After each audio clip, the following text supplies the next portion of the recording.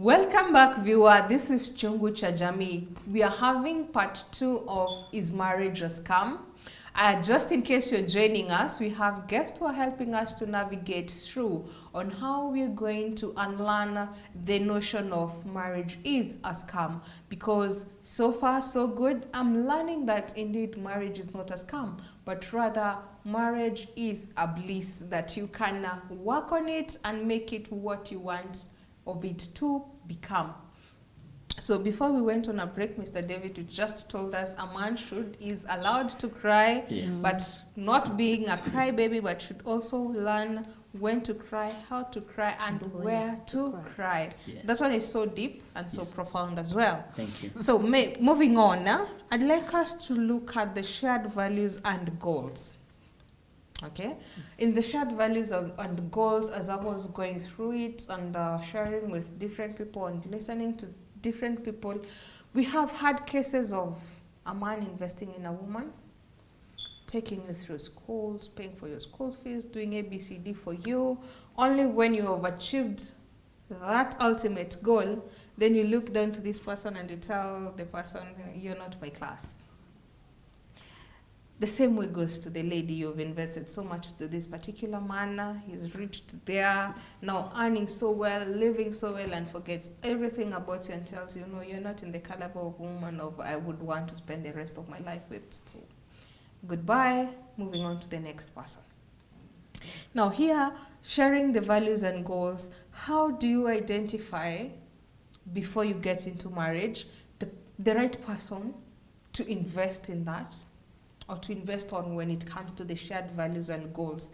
And now, because I think when it comes to the shared values and goals, mostly it affects before you get married. And now that we're in marriage, maybe we didn't have to go through that. Now we're in marriage, there is also the sharing of values and goals. I want to achieve A, B, C, D. I want to maybe continue with learning. Are you supporting me? Are you from the school of caliber of telling me, to me, my wife is a stay-at-home mom. I don't want to see you working. I don't want you to see you educating yourself or continue growing yourself, because I might be a stay-at-home mom, but again, you're giving me the chance to continue equipping myself with different knowledge, with different skills, because we never know the world of tomorrow. We might be with you today, and tomorrow you're not there for one reason or the other. But again, you've belittled me to not doing anything, and now that you're no longer there, I have nothing to offer. We've had such cases. But if you give me the chance of maybe equipping myself, then whatever the eventuality happens, then I'll be in a much better space of continue to evolving and giving our children a better future. And also something that our children can emulate, because by the end of the day, in marriage, it's not just the husband and the wife.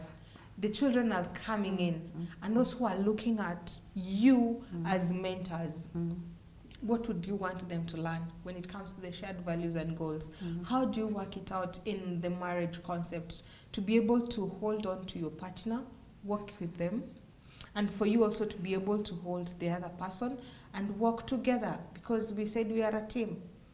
What are you going to do to your wife? What are you going to do to your husband, so that both of you are able to go and purpose for that one goal?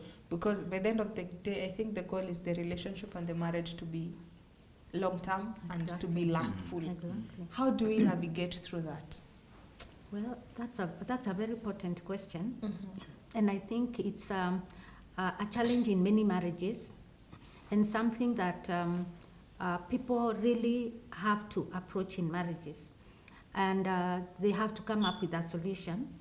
And many different situations come to mind right now, and the different things I have seen them do. Of course, in some of them, one party has been crushed and what they said didn't matter and so on. But two things come to mind. One, straight away, of course, is communication. As we go on with this, we see more and more why communication is so key. Sure. Because you can't assume what the other person is thinking or what they mean, even by a certain action. You need to talk and to communicate, and you need to communicate openly. And by now, I have learned how to hear you, you have learned how to hear me, and you know what I mean by yes, or what I mean by no, we understand one another. And even when we don't, we are able to work it out until we come to a place of understanding. So of course, the first key thing is communication. What do we do? He may desire to build me. I may want him to grow.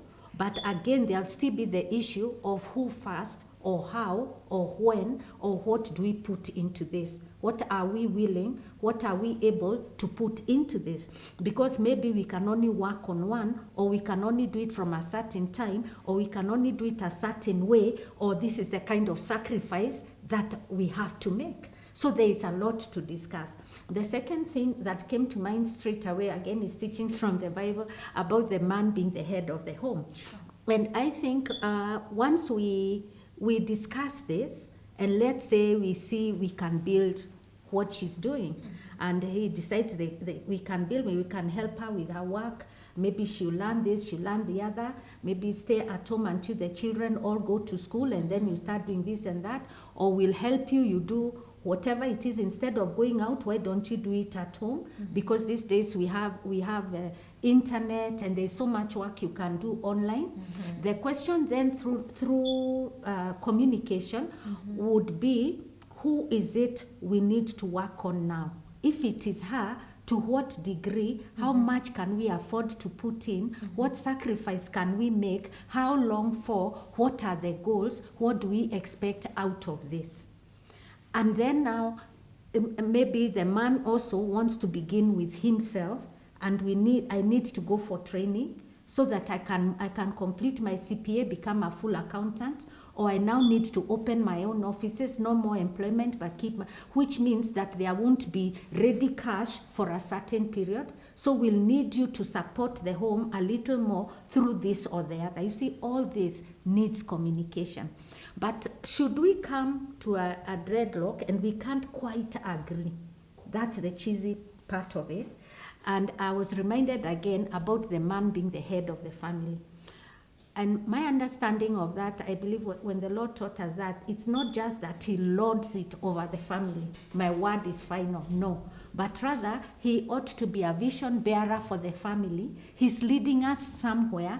And I am happy, as his wife, as his helper, to follow. Because he's leading me somewhere. And it's well thought out. And there is a plan. And I can see the plan he has, and he's able to persuade me and to convince me and to energize me so that I can follow on that plan. So in the same way now, when it comes to this deadlock, he'll be able to make the decision, knowing now what can be done, and to bring out the plan for the family so that there is no fight and there is no contention. But it is very possible to build one another. It just needs a laying it on the table and then a working it through. Whether the finances, even when finances are not high, you can work it through because it's a matter of planning and agreeing who watches over what, for what period, and to what degree, and then it will work. Wow. That one is so answering a lot of questions. Maybe as you add on the same, I'd like us to touch on the flexibility and adaptability of issues. Because also when it comes to marriage, one has to be flexible in changing a lot of things because we are both from different backgrounds and brought up differently. But now we have to be flexible to make sure that we achieve that ultimate goal of making or seeing our family thrive or coming together as a family. How do we navigate through that of the flexibility and adaptability when it coming to growing marriage from an individual perspective to now a family perspective of setup of a husband and a wife? Wow, thank you so much, Eunice. Just starting from what Daktari was talking of, where I can add something on the values. Because if we don't work on the values that set our marriage apart, then we will be living a lie. Sure. Living a lie in such a way that probably you have seen something with the neighbor. Then you say, every time I see couple XY, they are always holding their hands as they go to board their vehicle. Now, if the value is to be intimate, even in the physical, as we walk around holding hands together. And then probably your man is not the kind of a person who understands that kind of a language publicly. Then we say that is not one of the values that we want to cultivate. And you may cultivate a value of truthfulness, saying that every time we need to speak the truth, regardless of how bitter it is. Why? Because when we are truthful and it is 9 in the evening and my wife has not come, and because we are truthful, then I don't now start having some ideas. Where could she be? Because we have already cultivated a value of being truthful. Sure. So she's still in the jam, she's still coming. So being value, having those qualities of being or adding some value to one another. And talking about adaptability and flexibility, we are living in a very complex world right now, whereby things are changing. The cost of living 2 years ago is different from the cost of living here today. One of the things that we have done in our house is actually to be flexible and adaptable. There are some things we used to have for breakfast. Now we sat together and said, excuse me, the amount that we used to spend for breakfast was this much, and we could bring in this and this and that. But now, because the value of the shilling has depreciated and the income streams have not increased, we have to adapt. So my children who normally goes to school quite early in the morning, then they had to understand that if an item is missing in the breakfast menu, then it is not the fault of dad. It is not the fault of my wife. We are just adapting. We are just being flexible. And they have understood. But if it was just withdrawn without any explanation, it would have brought some fireworks in the house. So adaptability is very, very important. We may not be able to probably raise rent, in a certain suburb. If we started somewhere where we could afford a 50,000 house, and now we can only afford a house for 25,000, then that is flexibility, that's adaptability. We may have the same 2-bedroom house, but in a different suburb. But then, if the wife is still demanding, we must stay in this suburb, and then the rent for that particular house is now 80,000. Where do we get the balance? So we have to be we have to look at things so objectively so that we can be able to achieve our goal in marriage. We cannot be rigid. No.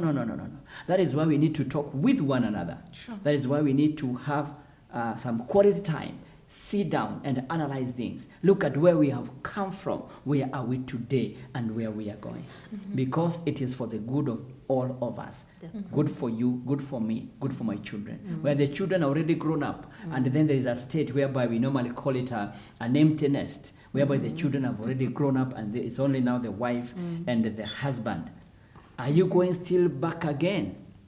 Where you started. Start now romancing your wife again. Or rather, there's a time that we say, your bedroom is this one, your bedroom is this one.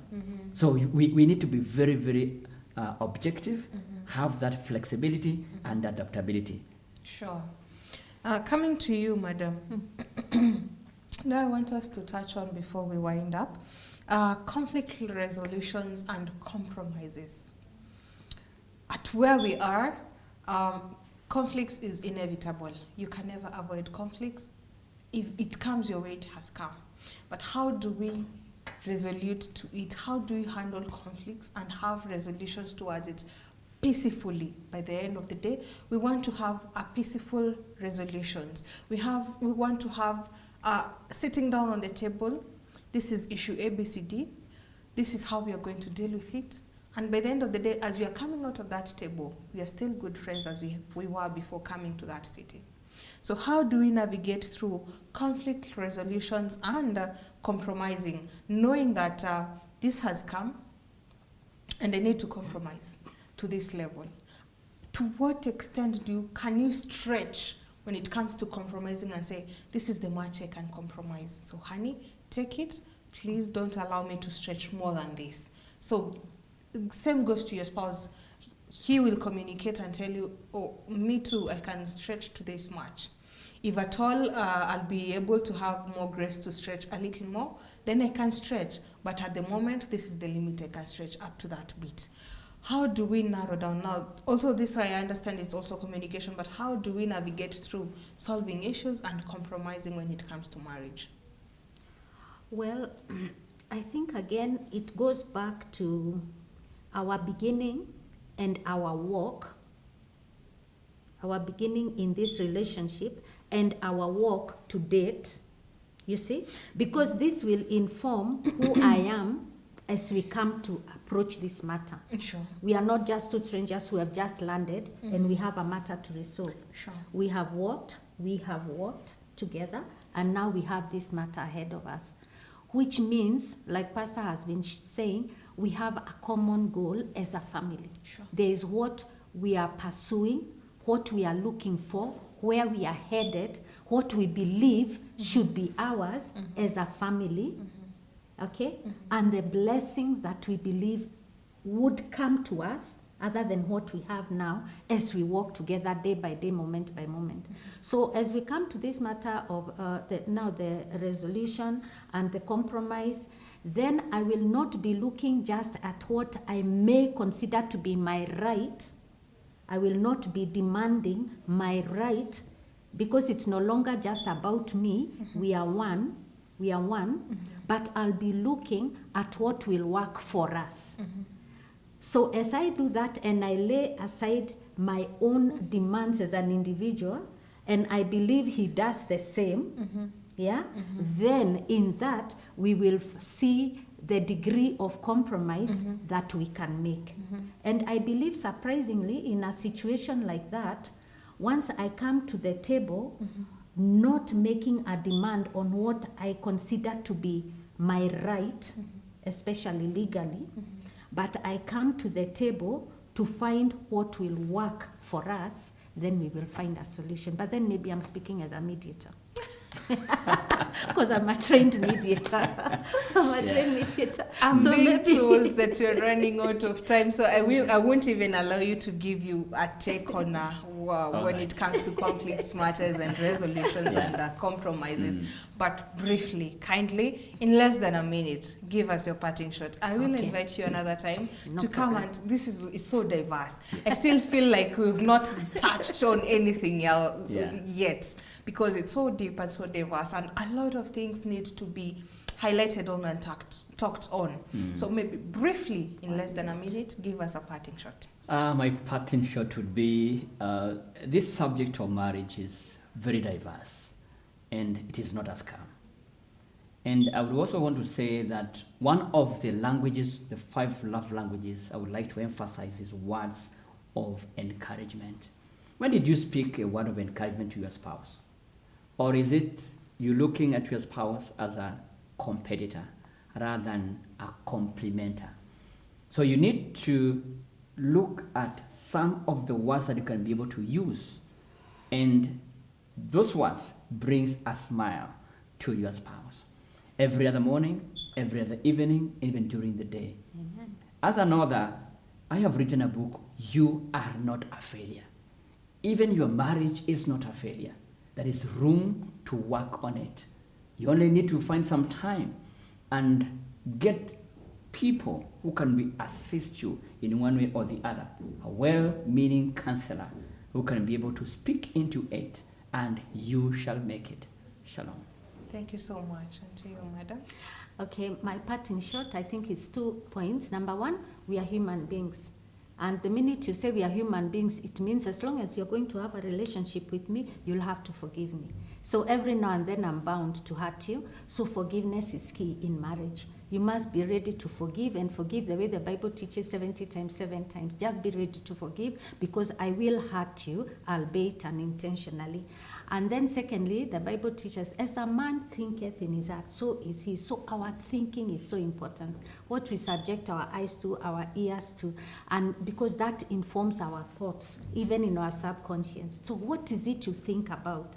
What you think is what, as a man thinketh in his heart, so is he. You want to be right.